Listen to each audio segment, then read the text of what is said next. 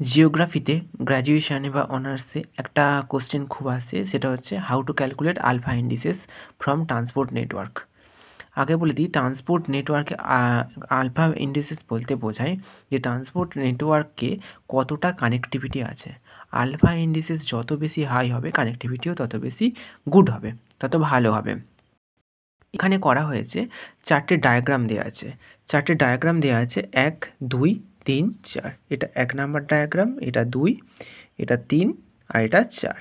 এখান থেকে বলেছে এই যে চারটি ডায়াগ্রাম আছে, এই চারটি ডায়াগ্রামের আলফা ইন্ডিসেস বের করতে হবে। আলফা ইন্ডিসেস বের করার জন্য তার আগে আমার সূত্রটা জানতে হবে। এই সূত্রটা হচ্ছে ইউ বাই 2v-5। এই ইউটা কি আর 2v-5টা কি?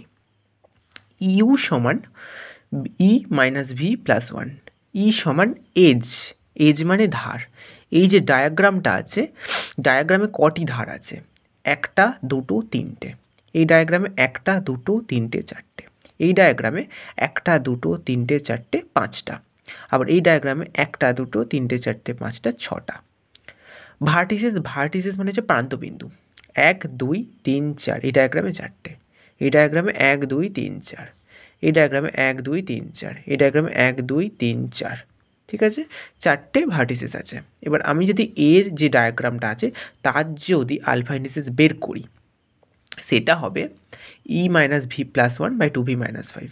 এর ভ্যালু পুট করে দিই, ই সমান 3 মাইনাস ভি সমান 4 প্লাস 1 বাই 2v, ভি মানে 4 পুট করেছি। পুট করতে যেটা ইউর ভ্যালু এসছে 0 এবং নিচে 2v-5 করেছে 3, আনসার হয়েছে 0। একইভাবে বি এ বের করেছি, বি এ আনসার এসেছে 0.33। একইভাবে সি এর আনসার বের করেছি, সি এ এসছে 0.66। এবং একইভাবে ডি এর ভ্যালু বের করেছি, ডি এর ভ্যালু এসছে 1।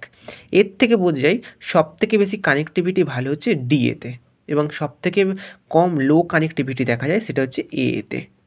এখান থেকে আমরা সহজেই আলফা ইন্ডিসেস পুট করতে পারি।